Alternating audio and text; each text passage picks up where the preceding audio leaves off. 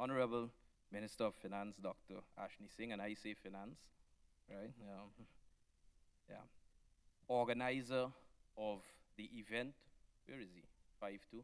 I think, I think he really and truly, ladies and gentlemen, for the fourth year running, organizing this, genuinely deserves a resounding round of applause. I can say this to you, and I'm sure Matthew will corroborate it. From the very outset that he started this program, all the way back when it was Common Sense on the podcast, I had a firm belief in him. I had a firm belief in what this could do for Guyana, especially for the budding entrepreneurs, for those who are interested in enterprise, and for those who wish to understand business, perhaps with an intention of going into enterprise at some point. And so I want to personally congratulate Matthew once again on this. It is extremely important.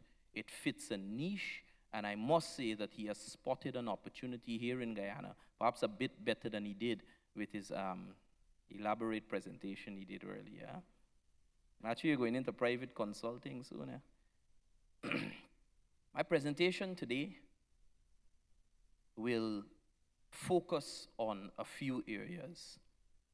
And I'll just build it out for you before I actually do the presentation so that you have a thorough understanding of the structure of what I'm going to present. At first, I'm going to start with a little bit of a discussion on the broad macroeconomic developments that have been happening in Guyana and how that creates opportunities. I won't endeavor to go too much into that because I'm certain that you all understand what is happening. But the thrust and the crux of my presentation will be three parts. One, what sort of mindset you ought to have if you're looking to do investment in Guyana. Secondly, is on the framework of thinking if you are going to be doing investments. And then thirdly, it's not just about the opportunities that exist, but how to spot the opportunities, what exactly you can do to be able to spot the opportunities. So in the first instance, I don't think that it's a small secret what is happening here in Guyana. We have all been living the reality, and we all have the lived reality of what is occurring. There was a point in time where opportunities did not abound the way that they do now in Guyana. And it is not by happenstance, I want to say that firstly, it's not by happenstance that these opportunities are here. Sure, you have the discovery of petroleum in May 2015 and its subsequent lifting in December 2019. But strong and good macroeconomic management to create the environment for doing business has been critical and it has been pivotal. And the Honorable Minister of Finance, Dr. Ashley Singh, has been leading that charge for a long time in public life. And I think as Guyanese too, we ought to give a round of applause for the good macroeconomic management in Guyana. If you look at our rates of inflation, they are low. If you look at our foreign exchange, it is stable. All of us can go to bed and wake up and recite what the USD to Guyana dollar exchange rate is. Some of our counterparts right in the Caribbean do not have that level of certainty. You can be certain that, for example, you have a government in Guyana who is not going to try to usurp your property. You're not going to try to violate your constitutional rights and so forth. All of these preconditions are absolutely necessary and pivotal for doing business in Guyana. And I mentioned I will not dwell too long on it because I think it's something that it's here.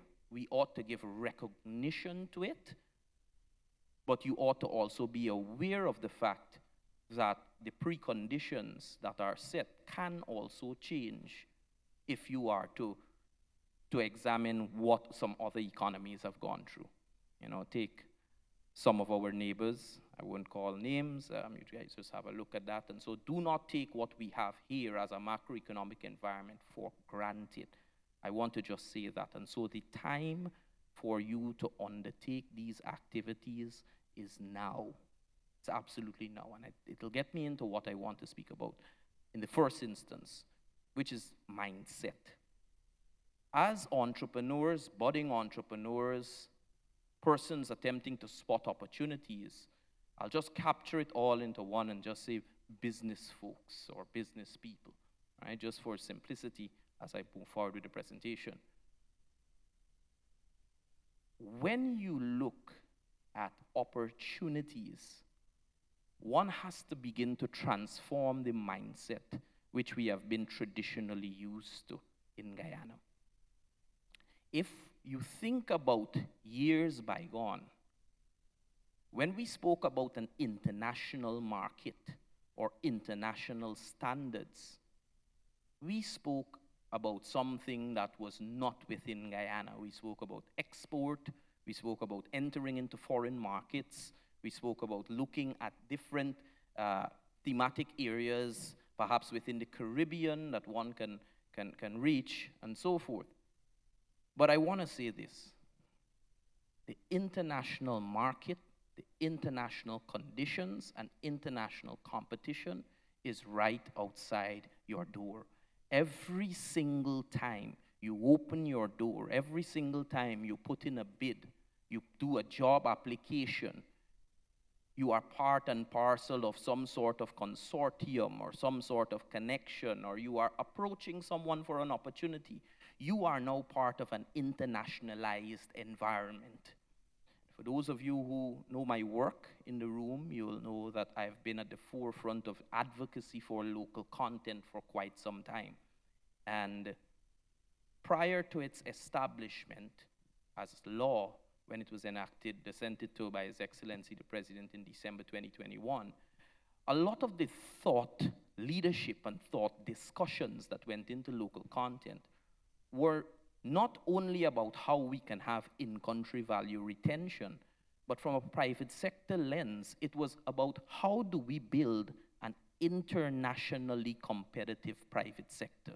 And I want you all to understand that that should be the mindset every single day that you attempt to do business, or you attempt to do work, or you attempt to become a greater professional, or whatever you're doing in Guyana. We should be attempting to make Guyana internationally competitive.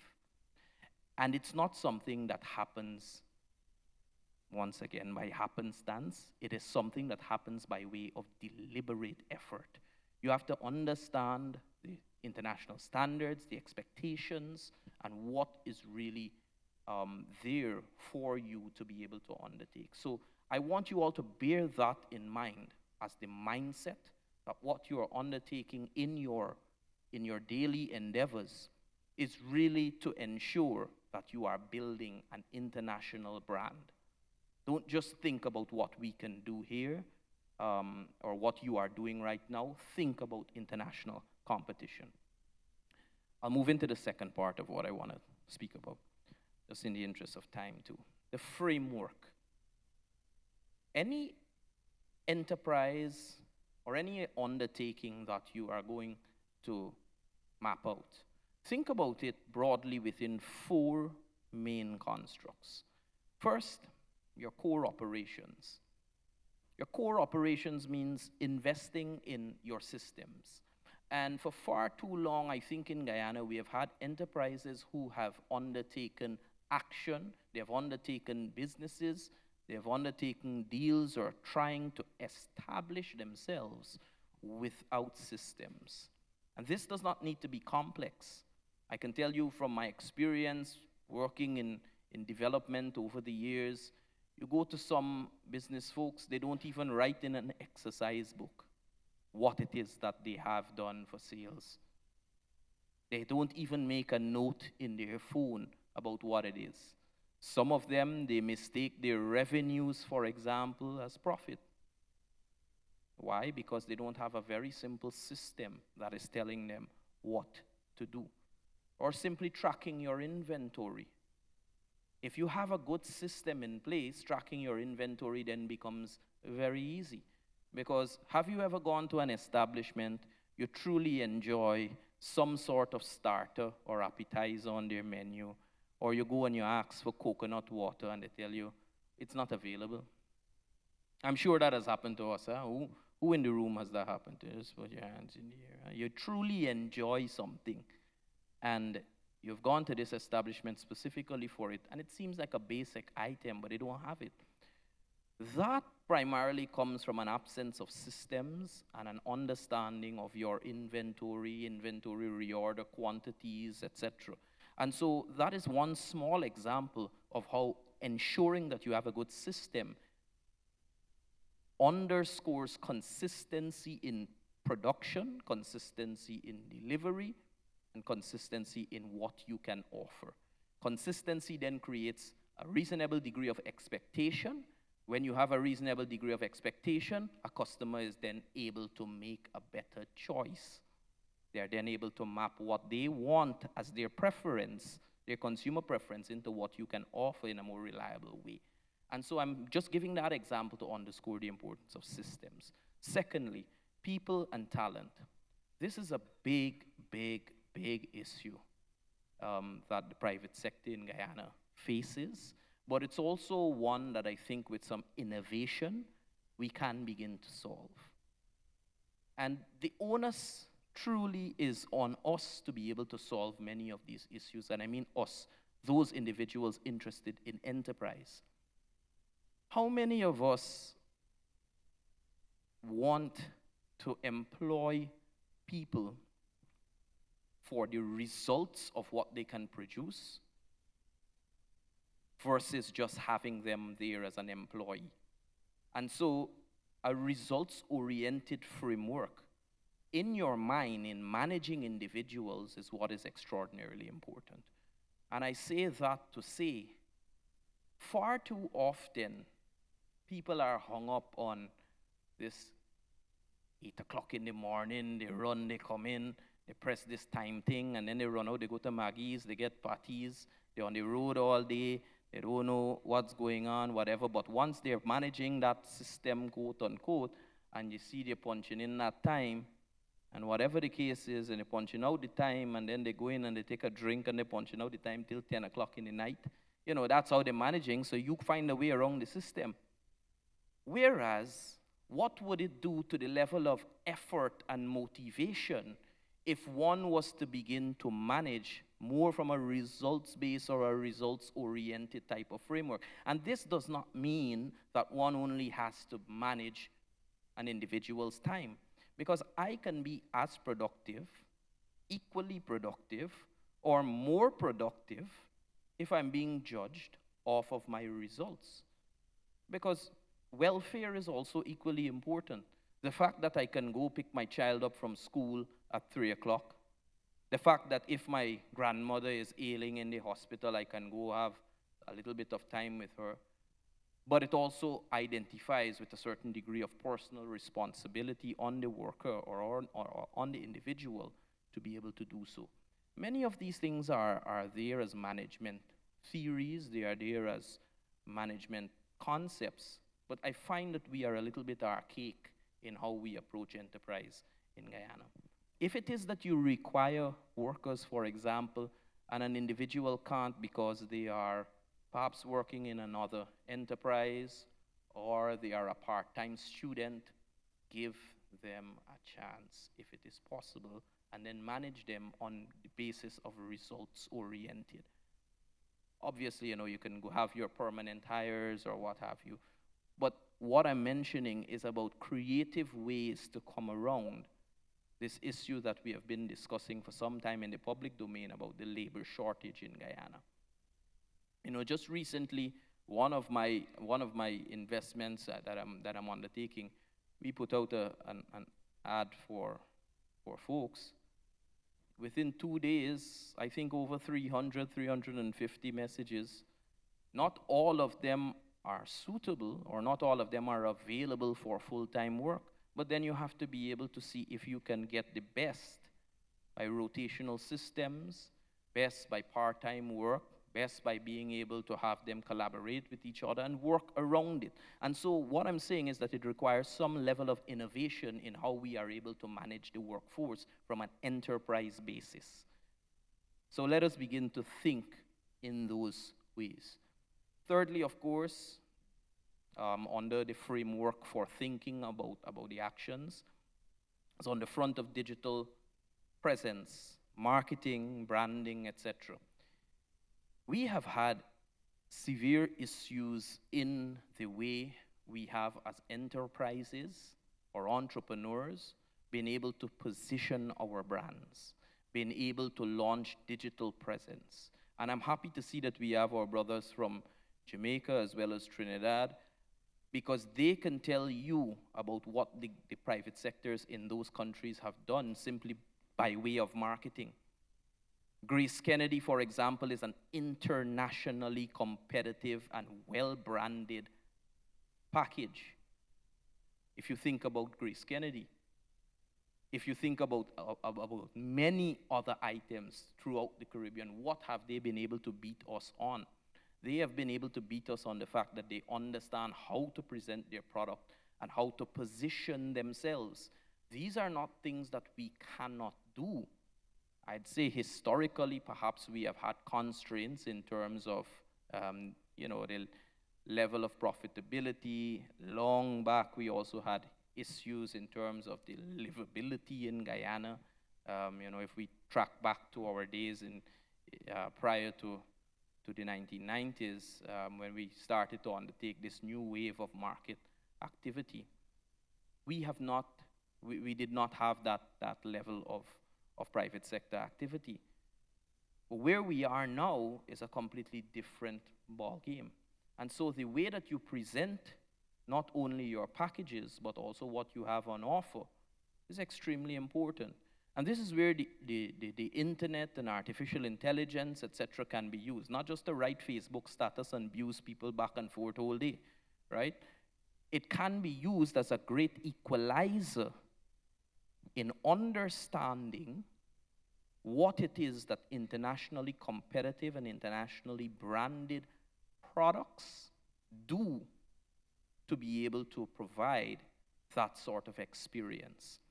And I think that is where we have to begin to transition our mindset. For all of my years analyzing and observing industry in Guyana, we think too much just about maybe say the good that we are selling, but we don't think fully about the product experience. What is it like from the time they contact you on Facebook? And just as an aside, many of you just ensure that you have a little bit more of a professional Facebook name. It's Badi or GT Badi or these sorts of things. It's just strange kind of stuff. The fourth pillar of the framework is that of risk management, compliance, and regulatory, and abiding by regulations. Historically, people have been able to, and maybe I might have described it more colorfully if Minister Singh was not here, but people have had different ways that they have been undertaking business outside of the formal economy. Now, however, if you want to be able to tap into many of the opportunities that exist, I urge you all to ensure that you become compliant, even in the most basic ways. If you need to register your small business that you have on Instagram, register it. If you'd like support with doing all those things, you can contact my firm, Ascension Business Services. We do all of those services for you. If you're a busy professional and you want to start off on your business, we can support you in that way.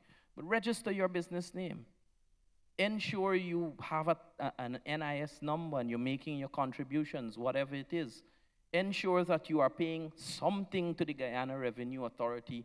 If you have your business name registered, at least you can be able to get your compliance and you can be able to move things in a positive direction. Many, many, many times people reach out to me, Richard, I want to put in this bid, perhaps let's say a government contract, or perhaps an oil and gas operators put out something. I know that they can produce But when we start to have the discussions with them, when I start to have the discussions with them from a business support services standpoint, have you paid tax? I can't really, well, once you start go down the line, it means you haven't. When last you contributed to NIS on behalf of you or your workers that you have? What's that? We don't do that. I thought that's only when you're working.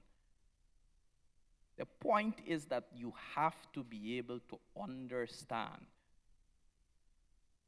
that compliance is no longer going to be viewed as this mystique, as this mythical type of black box, but it is almost a prerequisite now to be able to do business. It's a prerequisite now to be able to do business. Building any sort of enterprise now in Guyana, and I urge you all to ensure that you do that. And that essentially wraps the framework aspect of things up. The third thing on it is opportunities. The third pillar that I want to speak about, opportunities. Now, Minister Singh, so should I make the hotels, hamburgers, and hot dogs statement, or are you? I'll leave that for your speech.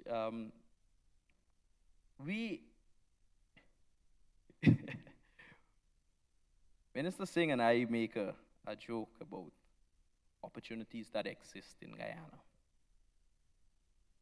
I heard Minister Singh make this joke, of which I then adopted and attributed it rightfully to him. I'm correct? I'm correct, yeah.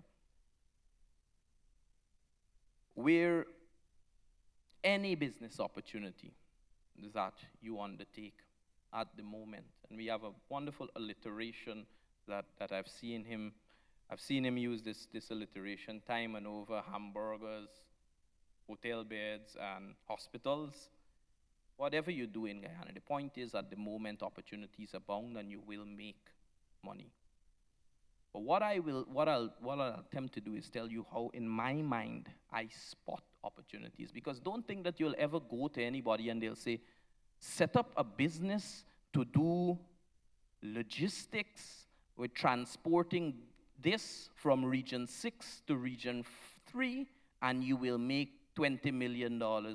Nothing in enterprise and business comes that straightforward.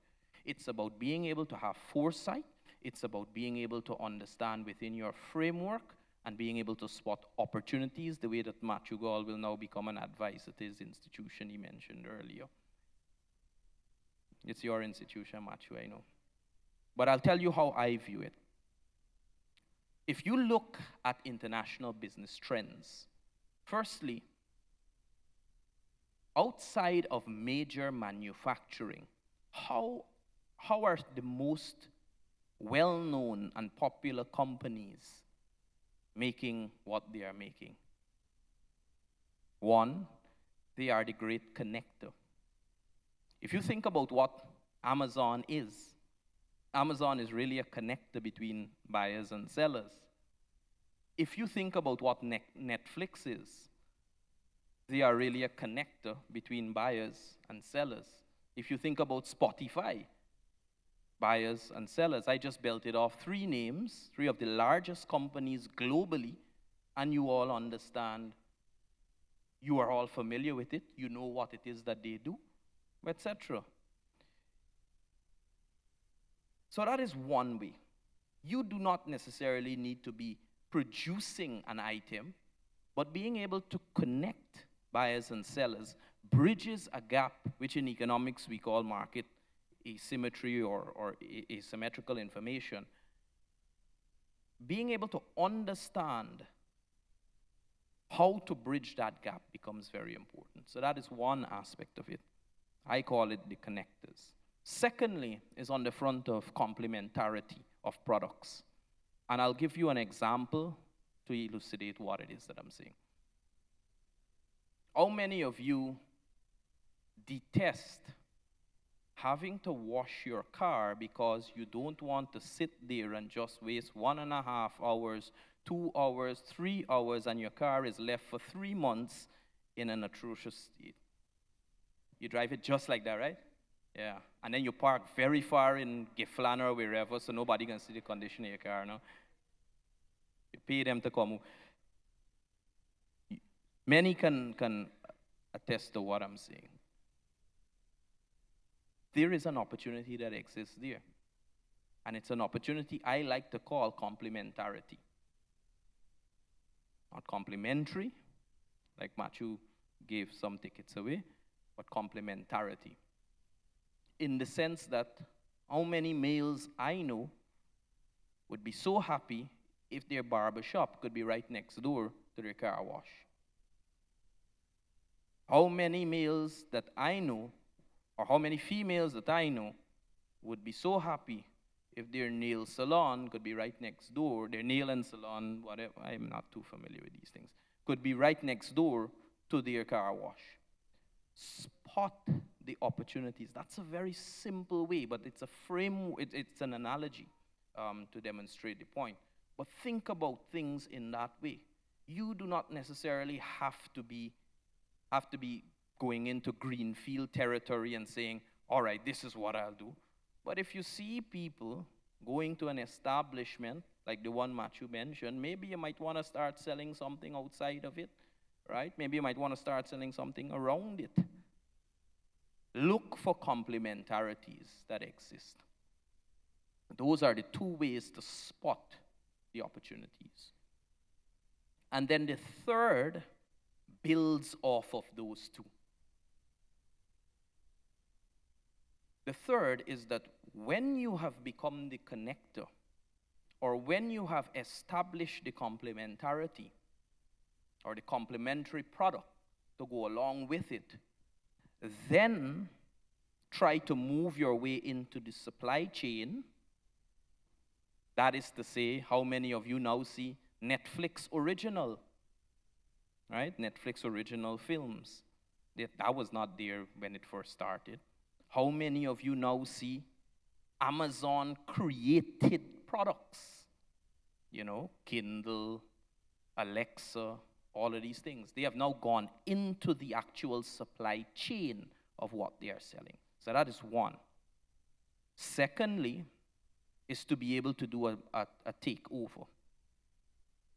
If you own the car wash and you see next door the barbershop is doing well, work out something with the barber or the proprietor of the barbershop to be able to say, okay, maybe we can offer haircut and car wash all in one for a discounted price of $500.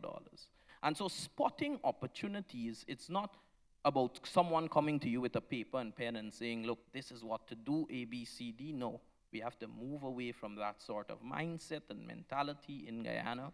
I think because of our past, our colonial history, our experiment with socialism, etc., it seems like we really like people to tell us what to do. A market economy does not function like that. You have to be able to take an individualistic approach, take responsibility for your action, and be able to spot your own opportunities rather than sitting and just waiting for the next cash grant, which we hope will be given before. I'll close by just mentioning some mistakes which I think ought to be avoided and things which I see have happened time and over. One, and I know we mentioned a range of capital at the beginning, spending $1 to $20 million, right? It doesn't matter whether it's 1 or 20 or 200. Spending too much up front is a big mistake. Front-loading a lot of your expenditure out of your capital very early on can leave you in a bad state. It is better to be able to plan your enterprise, plan the growth and expansion of your enterprise, and understand how you are phasing your expenditure. And I find that many of the entrepreneurs that we have now, and I must say congratulations to the young people in Guyana, that they are very enterprising and very entrepreneurial. No longer do we really see, people shying away from entrepreneurship. I'm so proud of the fact that we have a young generation of budding entrepreneurs. And so I think, this captive audience ought to give themselves a real round of applause just for showing up here and for that. So that is the first mistake that I see. Spending everything up front. The second that I see is folks transitioning too soon. You want to do this business, but you also work in your job. You don't know when to transition. And you got one foot in, one foot out, and you don't know what to do. Well, I'll tell you this. Firstly, ensure that you have somewhere within 3 to 6 months of funds if you want to make the transition, 3 to 6 months of your salaried amount that you live off of when the month comes to be able to make that transition. That is for you to ensure that you can upkeep your lifestyle on a day-to-day and a month-to-month basis without having to stress yourself by cutting back what you do. If you know that you like to go to Matthew's establishment he mentioned earlier, and that is within your framework of thinking, ensure that you cater for all of that. So firstly, ensure that you have that 3 to 6 months. And another rule of thumb that I have encouraged folks to do is that once the passive income reaches to approximately 90%, the passive income, what is your passive income that you're making from your enterprise, then you are in a position to start to think about transitioning it to your full-time enterprise. So, short of all of it, if you know that your Instagram page is making you 90% of your salary, then you can begin the transition. Don't jump if it's making 30%, even if you have that savings. And the last thing that I want to mention is that I see a lot of emphasis in the public domain consistently and continuously on capital. And capital is extremely important. But I want you to always bear in mind that though capital can be able to make things happen, it is not capital alone that makes things move. The main driver of success in enterprise, it's not capital, it's the decisions that you make when you have the capital. It's the decisions that you make. You don't get the loan from the bank and then you're gone buying a whole heap of expensive stuff, you're posting it on Instagram, you're showing off on what you call Veblen goods or vanity consumption. Ensure that you make the right decisions. And I think each of us, being more judicious, making the right decisions, whether in enterprise or whether in our professional lives, once we summate that, aggregate it across the entire economy, we'll be much better off in our society. Thank you so very much for listening. I appreciate it.